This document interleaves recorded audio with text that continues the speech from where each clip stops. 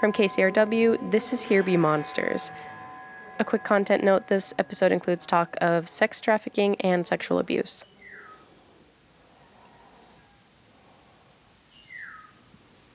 I gave my testimony on Friday during the fellowship because the subject of the fellowship was on pagpapasakop sa Panginoon, surrendering your life to God.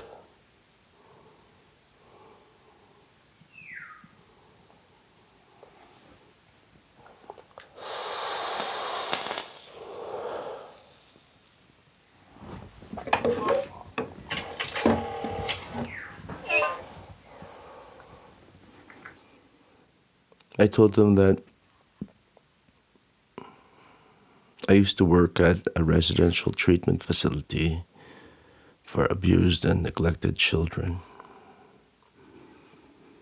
That I thought that because I was raised in such a good home with such loving parents, that I could pass that on to these children in need. I've seen every way, just about every way. I've seen countless ways in which a human being can hurt a child. The children would often be violent. Most often they would have been victims of rape. And in some cases, perpetrators of rape themselves.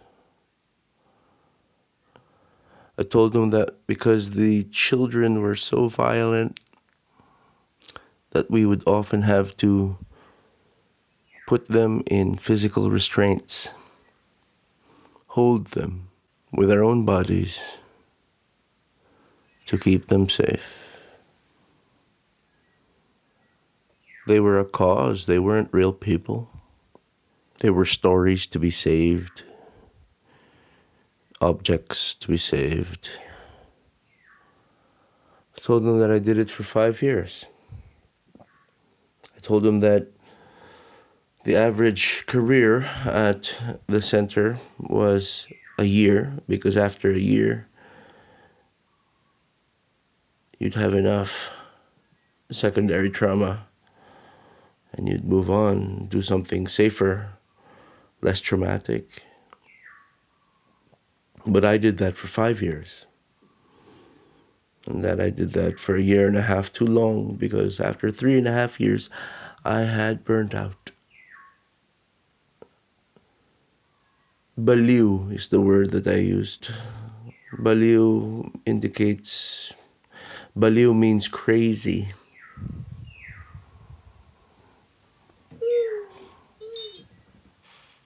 I told them that I was broken. That I didn't think that I could work with children again. That I didn't think I could be a therapist because I was too broken. I told them I went to grad school, to the Seattle School of Theology and Psychology, not for a counseling psychology degree to become a therapist, but for a theology and culture degree to find myself. One of my first classes, I heard the professor talking about hope and how hope will invite us into more pain. How hope will kill us in the end. Not the most cheerful thing to say, but something very important for somebody who wants to be a therapist to hear. And this prompted me to look up into the rafters and ask, Lord, what would be the hardest thing you could ever possibly ask me to do? And I got a verbal answer. In my head, I heard someone say, maybe you should work with sexually trafficked girls in the Philippines. My first reaction, honest to God, was fuck you. Why would you say such a thing? How could you ask me to do such a hard thing? Me? I'm broken. I'm done. I had not gone back to the Philippines in over 15 years. I had no plans to go back to the Philippines. I had no knowledge about sexual trafficking or human trafficking. At that time, I didn't even know that I was a child of sexual abuse myself. How could I go back to the Philippines being so broken, not having made anything of myself? What did I have to show for leaving home?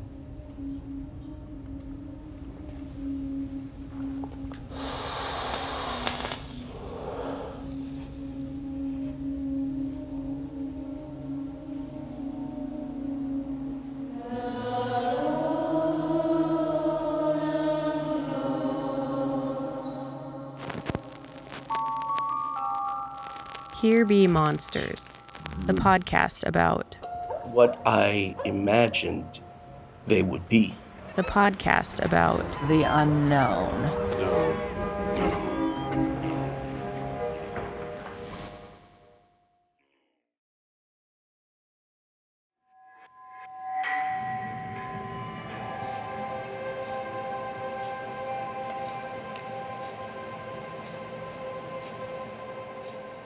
Growing up, I was told that I was special, that I have a responsibility to use that specialness for the country. And then I left the country. Filipinos have been going to different nations and different lands to make fortunes for themselves, to find opportunities that they couldn't find here for centuries now.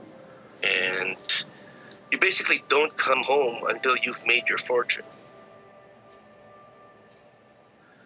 And I felt like I gave up on being a part of the future of the country.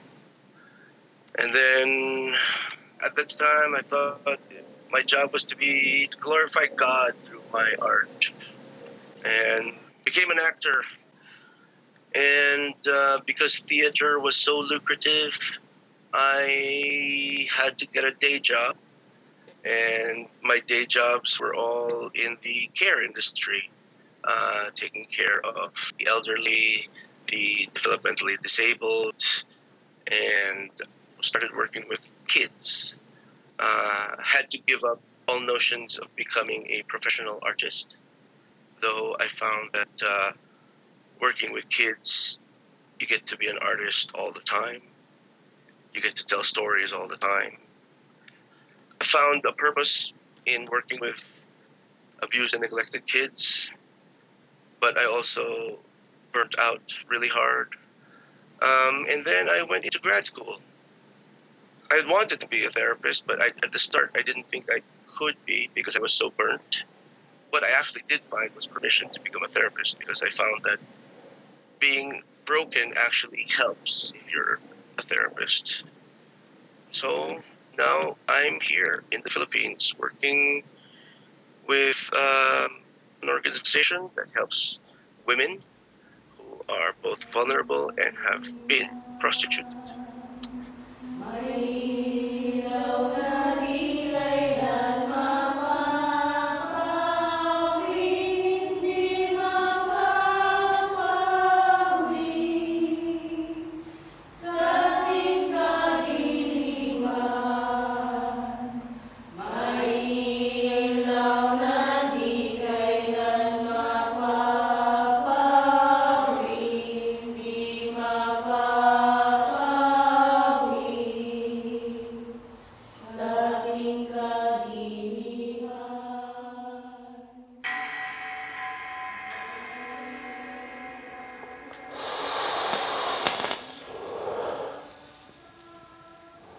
Ate Minda is the social worker in charge of outreach.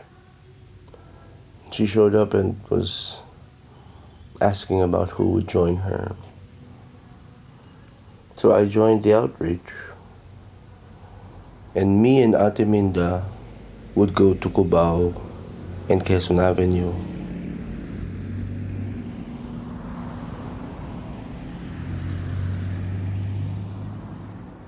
I was so nervous, waiting to go. I brought my ball. I nervously just flipped it around in my hands, on my arms.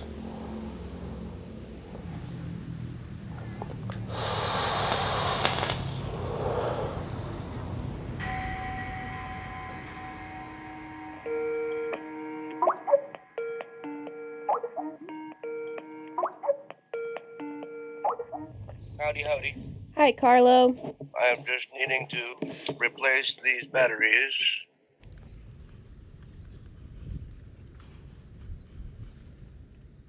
Why were you afraid to do outreach? What frightened you? Sure. Sure. I was afraid to do outreach because when I was first thinking about coming here, I would periodically cry. I would find myself weeping because I would be imagining the lives of the women here, and I would cry at how tragic their lives were, how hungry they were, how hurt they were by the world. And then I realized that I was crying about their lives even if I had never met them, even if I hadn't actually experienced their humanity. And maybe they're not as sad, or maybe their lives aren't exactly the way I imagined them, me who hadn't been in the Philippines for a long time. And I realized that I might have not been crying for them, but for what I imagined they would be. And how arrogant that is to be like, I know what your life is going to be, and I think your life is really sad. So you must be tragic. It's not my place to say who they are. I mean, I didn't want to objectify them. I didn't want the chance to objectify them. But, I was called to do this, I have to show up.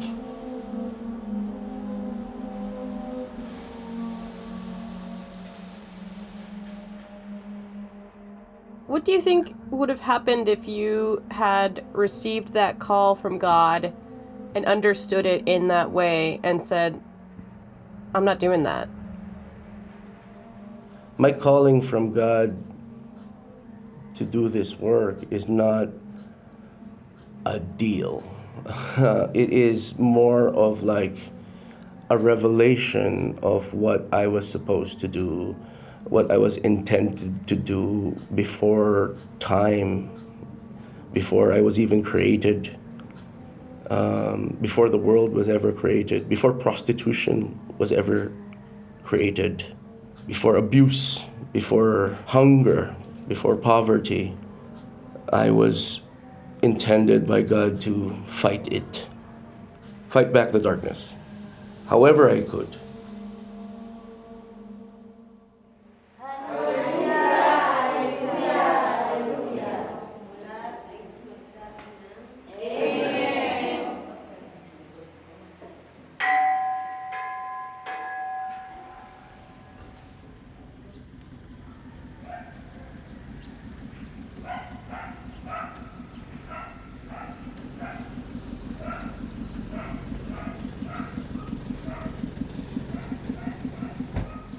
When we got to Cubao, we got off the bus.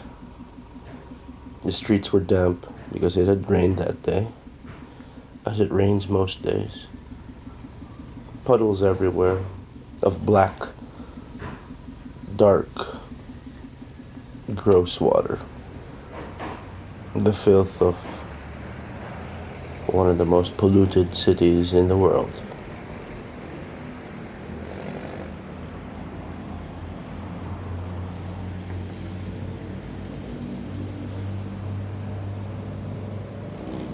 and amidst the shops and the hustle and bustle of one of the busiest intersections in the city, came upon two women, one who was selling candy and cigarettes one at a time. The other woman was sitting, holding a bag in front of her belly, because I found out later that she was pregnant. Artemida introduced me as somebody with her, and I shook the hand of the first one, and I offered my hand to the second one, and when the second one didn't reach for my hand, I pulled it back, awkwardly. They gave us chairs to sit on, plastic chairs. Then I sat behind Artemida and just sat there awkwardly, looking around, not knowing whether to look them in the face or the eyes, whether it be rude. I put on a plastic smile that I thought was non-threatening. We sat there for a while, Artemida making some idle chit-chat, me just sitting there awkwardly, until Artemida found some kids. One was the daughter of the first woman we met. The other two were daughters of prostitutes as well. At one point, the skinny kid just ran away into the crowd, and nobody noticed because his mom was lying on cardboard on the sidewalk trying to get some sleep. They had been there for 3 straight days, and they couldn't go home until they made some money. I was worried about the skinny kid. After about 10 minutes of wondering, he came running back holding a juice pouch, the kind you put a straw in. They said that he had begged it off of somebody.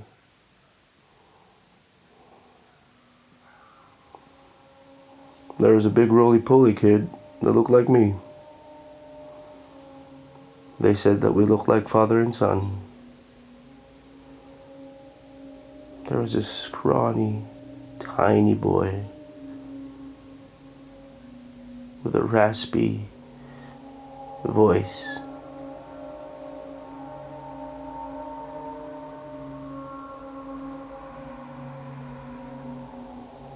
His hair tied in a tuft on top of his head.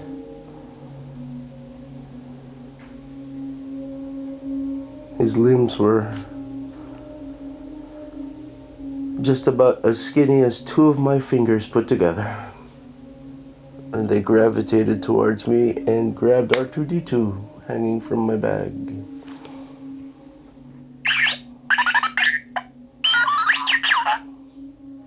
This droid and I have been through a lot together.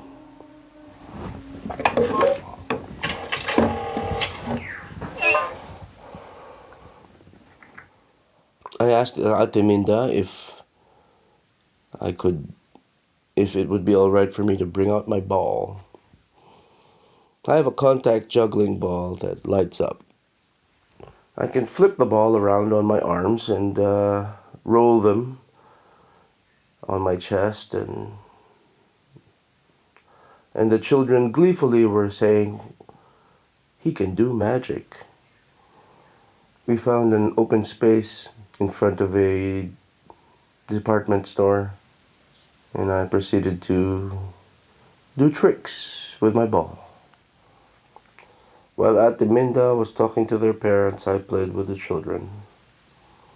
As usual, it was easy for me to play with the children because all I needed to do was be a child myself, yeah? The children were fascinated with how the light changed on the ball, pass it to them and have them throw it to me, and I would catch it with the back of my hand. And they all wanted a turn. At first I tried to balance the ball on the back of their hand, and their hands were too small, and the ball was too heavy. The scrawny kid could barely hold the ball with two hands.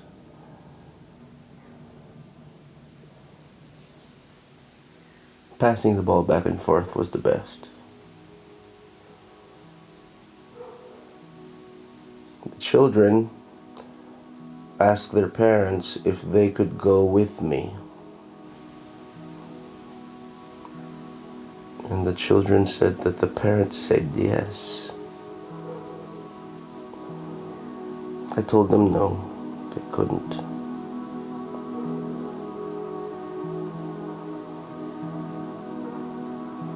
I should have asked their names. That's how you make friends, you ask their names.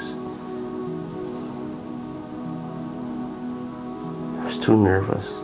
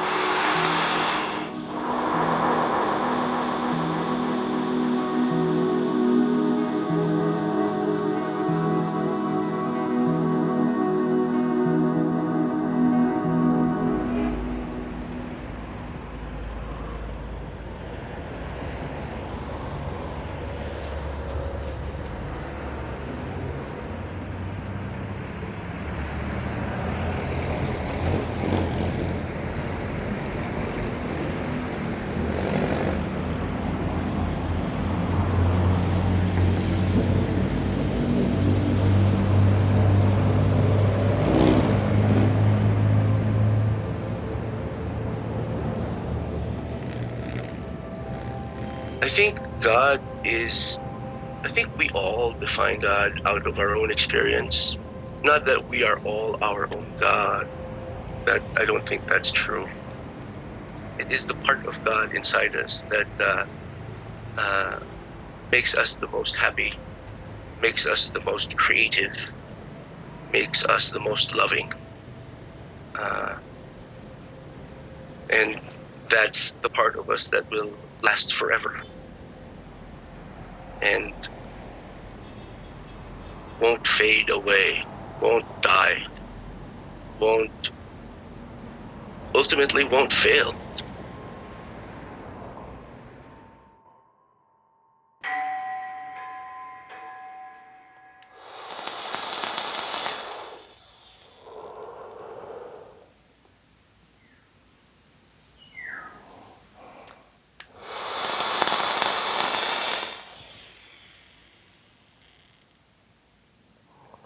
We took a taxi home. In the cab, I started worrying at a piece of meat that was stuck in my teeth, and I had jabbed it in deeper, and my tooth started hurting. And when I got home, it was the most painful thing in the world. And I had yelled at God, "Why me? Why now? Didn't I do enough? Why do I have to go through so much pain?" I pounded the walls here at Samaritana. I stomped my feet and yelled at God to take the pain away. And I prayed myself to sleep.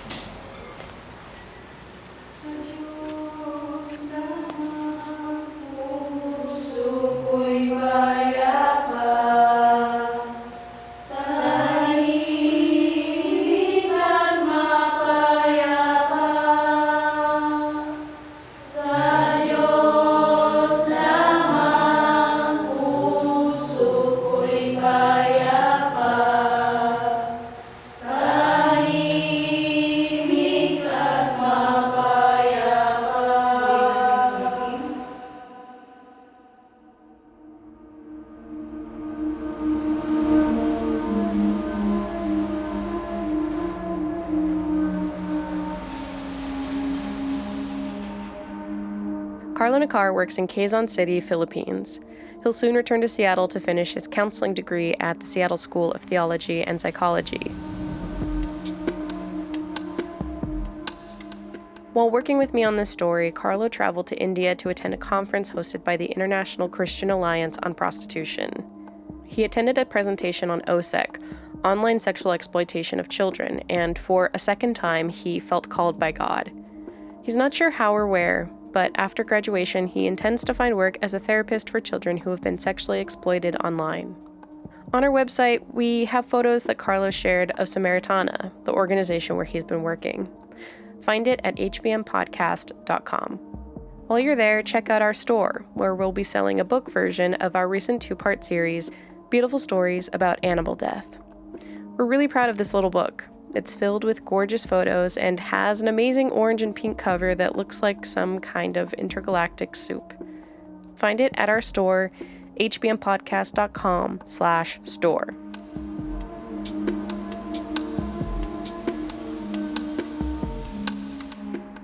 I'm Bethany Denton, and I produced this episode. I had lots of editing help from Jeff Emdman. Music on this episode came from The Black Spot and Circling Lights. Here Be Monsters is distributed by KCRW. Our senior editor there is Nick White. We get additional support for freelance contributions from KCRW's Independent Producer Project.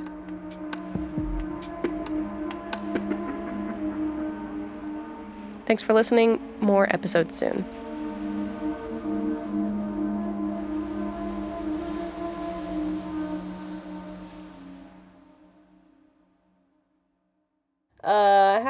How do we know each other, Carlo? Yeah, we know each other from a friend group, from parties. I was a roommate of some of your college friends.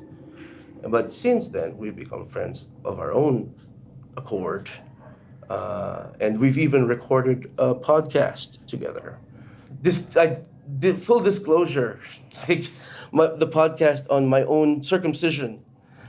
I certainly tell that story in a really different way these days. I certainly don't tell it for comedic effect. Right.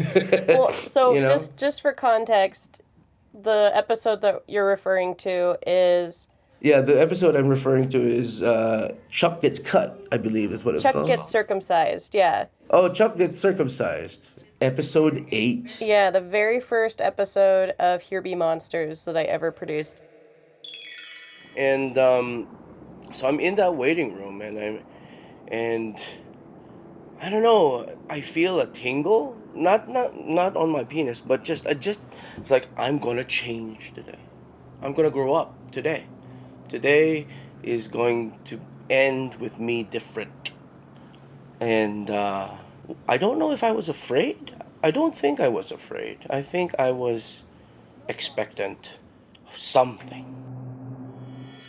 Actually, what's interesting, more likely than not, everything we're working on right now will be episode 107. So this will be 99 episodes later. Significant.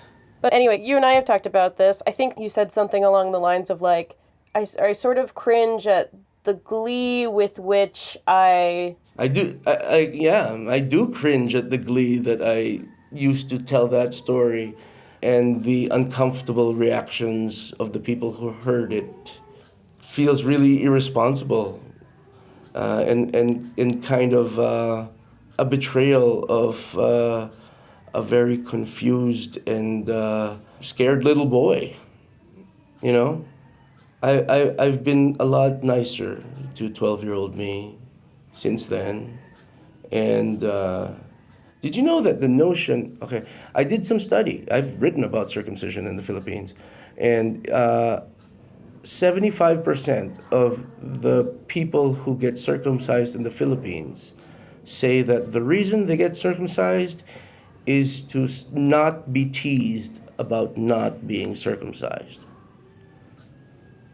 So it's basically toxic masculinity that makes people cut their foreskin off at the age of 12. So there's shitty things about that. For what it's worth, and granted I'm partial because I had a hand in making that. And I totally, while also completely hearing and, agreeing with your assessment of like the sort of the problematic ways in which you used to tell that story and sort of the beats you used to hit for comedic effect Yeah. or awe or whatever. When I think about that episode and I think about that story, more what comes to mind for me than the body horror of it is the fact that it's like one of relatively few occasions that I can think of that people have to make the decision to grow up, to say I am growing up now in this way, because that happens constantly, right? Like, or I should say in particularly American society, in Western society, it happens constantly where there are little acts of agency that young people can exercise that in big ways and in small ways are ways of asserting adulthood. To me, when I think about that, it's like that was a time where you asserted adulthood in a very tangible, irreversible, Very tangible. very painful way. Yeah. If you put it that way, I kind of think of it as like maybe every time I told that story, I was asking myself to grow up. And when I finally stopped laughing at it, was when I actually did grow up.